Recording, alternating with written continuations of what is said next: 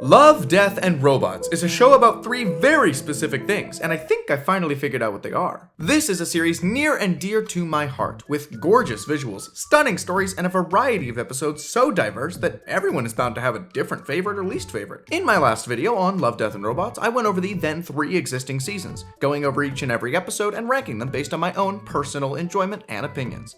And since those opinions were universally agreed upon, respected, and objectively correct, I thought I'd give the newest season a swing. Please keep in mind that this is just the opinion of a single guy. If you disagree, leave a comment and let me know your thoughts. I really enjoy hearing people chat about this show, since, again, it feels like everyone gets a little different something from it. Final footnote here, there will be spoilers for the entire show ahead, but primarily for all of season 4. You have been warned, just go check it out. It's a pretty quick and easy watch, and each episode is disconnected from one another, so you can watch them in any order. With that said, we begin with a rather unorthodox episode.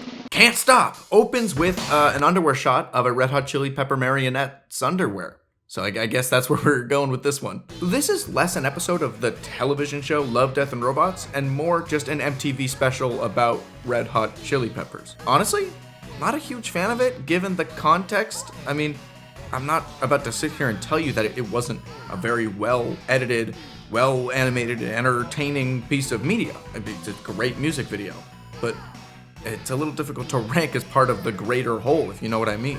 Can't Stop is a great song, and live performances are really fun, but even now I'm already starting to run out of things to say. I almost don't even want to rank it, considering it really doesn't feel like an episode of Love, Death, and Robots. But look, we're just starting, so let's give it a B tier and move on. Close Encounters of the Mini Kind brings back that top-down model world look I adored from Night of the Mini-Dead. The world is visited by aliens who are immediately gunned down by trigger-happy humans. When the massive alien army retaliates, humans continue to wield their own weapons against them, culminating in humans creating a black hole, absorbing everything in its wake. Similar to the 3 episodes Double Up in seasons 1 and 3, this episode basically feels like I'm watching Night of the Mini-Dead a second time. It isn't a sequel, but with the same art style, top-down perspective, comedic hooks, and action, it does feel like a retread. It even ends with the same gag, panning out to the Milky Way to see the carnage and how proportionally small it is to the grand universe. Visually, I'd say it's absolutely gorgeous. It's funny, it's charming, holds your attention very well, but again, it is essentially the exact same episode as Night of the Mini-Dead, just replacing zombies with aliens. Right after a pretty tame music video, I'm already kind of concerned for the state of season 4 overall, especially compared to the bangers that were season 3. With that said, it's easily B tier. It's not bad by any means, it just didn't excite me as much as I was hoping it would. Spider Rose immediately gives me Aquila Rift vibes, and that episode and I do not get along very well. A self-proclaimed spider cyborg fosters an adapting pet. Hang on. When she's attacked by some sharp-toothed folks she saw in some flashbacks. Into your eye. They return, attack her web, and then promptly die. But with no hope of survival anyways, she lets her newfound pet fucking eat her to sustain itself. The character designs are all great, with robotic limbs, alien designs, and a spaceship that feels very barren and full at the same time, lending itself really nicely to this realistic animation that I did criticize a couple times in earlier seasons. Spider Rose herself is an intriguing character, with an arc I wish ended slightly differently. The final fight between her and that toothy guy is pretty visually exciting, with the best part being when she stabs him with a syringe she used at the beginning of the episode. I don't totally love the ending, which sucks because it is probably the most impactful part of the episode. I feel like it would have been more satisfying to see Spider Rose depart with Nosy to rekindle old friendships or whatever, but I guess life ain't perfect. I do like that the episode almost hints that she's gonna try and turn Nosy into her dead husband, only for Nosy to turn into her. It's a good subversion. I want to put this in the B tier, if I'm being totally honest. I don't like it as much as Swarm, but I do enjoy it more than Aquila Rift, all 3 of which give me similar vibes. 400 Boys is a contender for the silliest episode title out of context. It's not beating When the Yogurt Took Over, but it is giving it a run for its money. We've got the return of the Zima Blue art style, baby! And with a Psychic Link Gun meetup to start off, I was hooked right away. Different end-of-the-world gangs band together to defeat a brand new powerful threat. Members of each team drop like flies, blood is shed, but nothing ever ends. The highlight of this episode is the characters, action, and setting, specifically the leader of the initial group and the rival that they run into first. They're the most engaging characters by far. The Giants don't have much of a personality, and there's only one large fight scene at the end, so getting the group together and establishing the state of the world in the middle of the episode makes that final fight scene at the end much more important and personal. Without spoiling too much, because I don't need to, the ending battle is really good, with exceptional direction, keeping movement and impact at the forefront of each shot. The art style might actually fit this episode most out of the 3 it was used in. The animation also helps a whole bunch of characters just aura farm like fucking crazy. I'm very happy to put this one in the A tier, reminding me exactly why I love this show. The other large thing almost turned me off immediately, because I just thought it was like gonna be a super boring Tumblr post level, like, oh, cats are the masters and humans are the servants. It is actually kind of exactly that. It's exactly what I thought it was going to be. A cat's owner brings home an advanced robot AI who can speak to him. As a result, the cat grows power hungry when the waiter robot does everything it says. Eventually, the cat arms the entire apartment building's feline tenants with robots and kills its owners, bringing on the age of Dingleberry Joe. Dingleberry Joe. Elon Musk. It's super simple, it's to the point, it's pretty funny, and it's got a solid conclusion.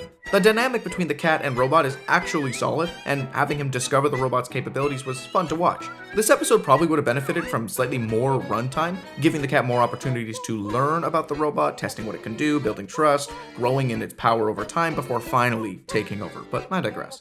As it stands, we're looking at a C tier episode. Hey, Hindsight Gabriel here. It was at this time while watching the television show that I was beginning to be worried about the content of this video. I mean, would every episode just be a middle road B tier? Truth be told, the season had not really impressed me that much. Only one episode was breaking into A tier. We've gotten a lot of B tiers, guys, and only one A tier. It's a little concerning, I know, but don't worry. The next episode is not a B tier or even a C tier. It's worse. Golgotha marks the second episode of this season where aliens wreak havoc on Earth. But this one involves a priest, so there's that. That aforementioned priest witnesses the resurrection of a dolphin, who happens to be the god of a sea-dwelling alien race. One alien representative visits Earth, speaks to the priest and the dolphin, before saying the dolphin has called for the Crusade of Earth.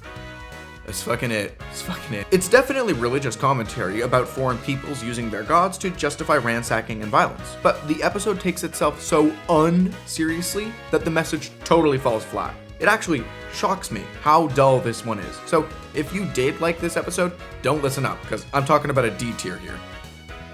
First of all, the visuals, they do not aid the story in the way that I think they wanted to. We can talk about this! I'll be honest, I spent a good few seconds just trying to figure out why this episode was animated so weirdly. I was like, oh my gosh, why did they look like that? Before realizing they were real human beings. But having real humans against an admittedly well-designed alien is supposed to make us feel small, inferior, and them feel foreign and powerful, at least I think.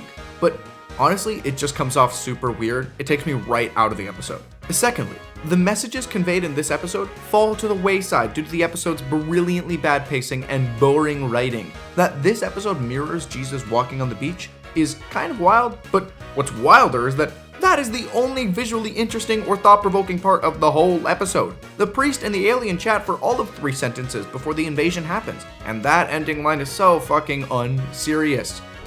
We fucked up. In my previous video, I also made note about the swearing in this series, so I'll go into a little more depth on what I think right now.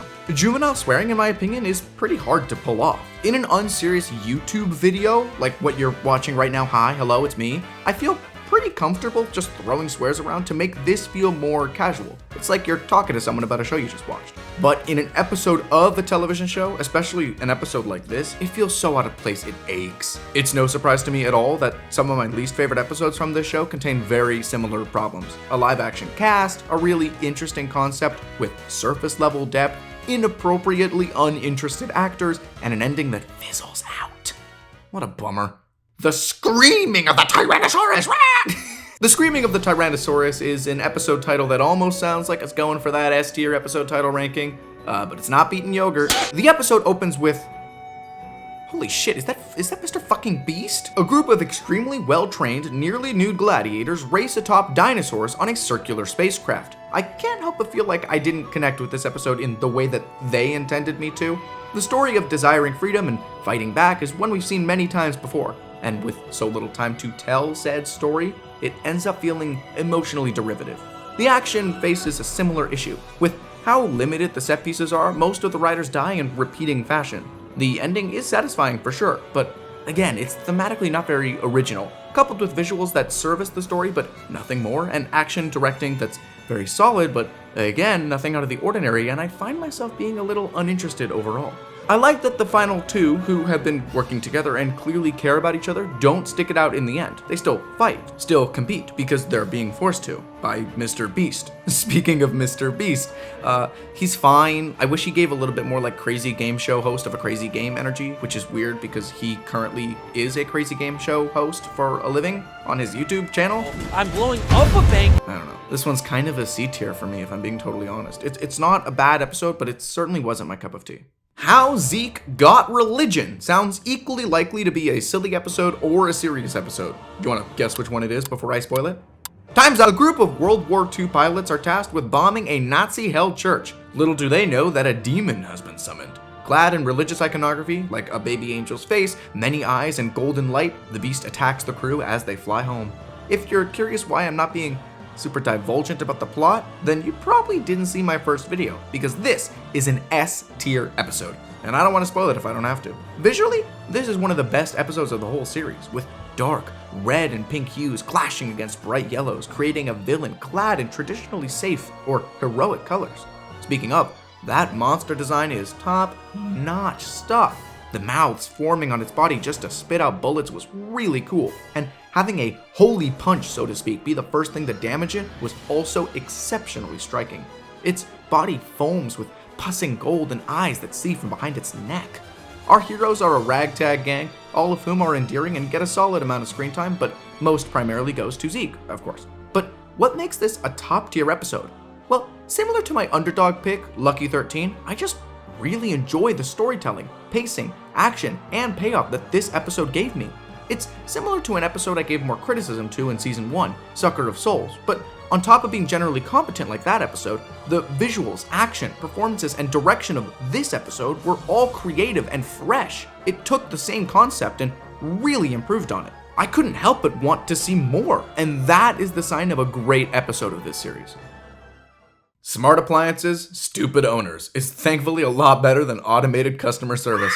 This episode is almost a mockumentary style interview episode featuring different appliances. I'm gonna do something a little different for this entry and rank each segment from worst to best before giving my overall opinion on the episode. Bluetooth vibrators' whole bit is that the owner watches Chopped while masturbating. It's so clearly trying to be silly that it backfires for me. Intelligent Air Ionizer opens with a wet ass fart. The interviewer is just describing how gross a guy is, and it's grosser than it is entertaining. Intelligent Toilet is sharing a spot here with Self-Cleaning Cat Box because the latter only exists as a punchline to the former, and they're both about poop. Home Security System is totally solid. It's just a simple password joke with an expressive appliance. Multi-Zone Thermostat is the most human of the appliances, with a ticked-off voice and a relatable problem she's trying to solve. It's a pretty funny segment and a good one to open the episode. Smart Shower Head is being blamed for the owner's lack of a dating life by the other appliances in the house, because the shower head just feels so good while masturbating. This is the second appliance used as a jacking off joke, and it's funnier than the appliance specifically made for jacking off.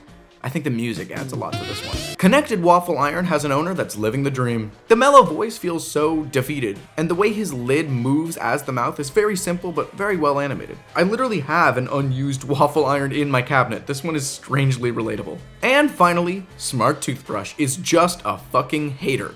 This one's also just about a guy describing how gross their owner is, but it's funnier than it is gross. Chad doesn't wash his mouth, and the toothbrush spends his whole interview segment clowning on his bad-mouthed owner. The way the voice actor delivers fucking floss man, so shockingly funny, and it was the only segment that made me laugh out loud.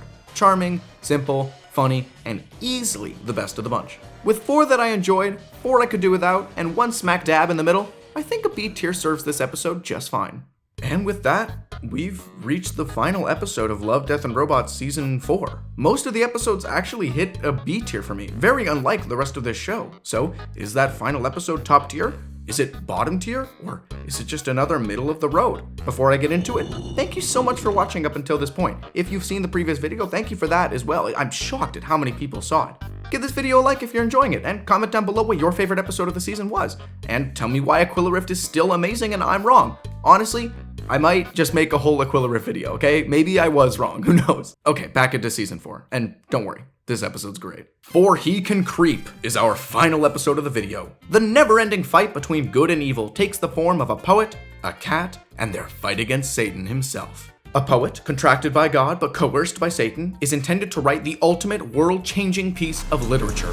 It's up to a band of cats led by Joffrey to save the world against this satanic force. Shockingly, the second cat-focused episode of the season earns itself a sleeper S-tier ranking by virtue of just being the most because I said so favorite of the entire bunch. What makes this episode so magnificent is how seriously it takes itself. Jokes don't come at character expenses, they come from character actions, like Satan making spelling corrections or the cats mocking one another casually. It makes the completely ridiculous premise grounded and sensible, similar to how Ratatouille makes a rat moving you like a puppet through your hair feel totally normal. Even to the extent where when the cats start pulling out stand abilities, I'm right on board. Satan and all of the cats are great characters, each of them adding fun energy, comedy, and interesting action in that final fight. Speaking of the action, it isn't really an action-focused episode. I would say it's more a fantasy or just a comedy, but the choreography is solid enough that the action does not feel out of place. I'm seriously struggling to illustrate just how much I like this episode, because seemingly, on paper, it's so simple. It's so just fine. To the point where I don't even blame you if you have this anywhere between C or A tier, okay? But I can't help but smile as Satan converses with a cat. This is exactly the kind of out there concept that makes me love this show, and I am so happy that season 4 ends with another top tier. Love, Death, and Robots finishes up season 4 with only one weird slip-up. I'd still say my overall favorite season is 3. With so many top-notch episodes, it was always going to be difficult to beat. Season 1 is better than I gave it credit for. It's got far more to offer, more variety, and if I'm being honest, more passion behind its work. But season 4 does do itself some favors by having bangers like Zeke and Creep on its roster. I think seasons 4 and 2 share a lot of similarities in my mind, in that they experiment less and feel less tonally distinct compared to 1 and 3. Season 4 didn't start off with another 3 robots, which I think is good. 3 would have been far too many, but starting off with a Red Hot Chili Peppers music video didn't do it any favors. It's a good video, but a bad episode of the show. Even giving it a B tier feels almost wrong, but I didn't dislike it, so it makes sense. Here's another thing that I'm going to levy against the show, and against might be the wrong word, but have you noticed that they were marketing this thing with a lot of, celebrities? The fact that Mr. Beast is in this show, in and of itself, is a little shocking. The performances aren't bad, far from it. It's just a little distracting, especially considering the main draw of this show has always been the showcasing of new, exciting, and technologically impressive animation. But I digress. Please go check out the entire show. It's a relatively quick watch, and you can watch it out of order because, as I mentioned earlier, the episodes don't connect to one another. Just pick one that you think you'll enjoy and give it a watch. And hey, if you enjoyed what I had to say in this video, you should check out my original one, ranking and reviewing seasons 1 to 3. Speaking of that episode, thank you so much to all of you who watched it. It got to a way bigger audience than I ever could have imagined. I make these videos as an excuse to edit, to play games with my friends or talk about things I like, but to have people actually resonate with what I had to say was kind of really cool. And if you resonated with what I said in this video, leave a comment about it, or give it a like. I already mentioned this, I know, I'm just repeating myself. With that disjointed outro, I bid thee farewell. I hope you enjoyed.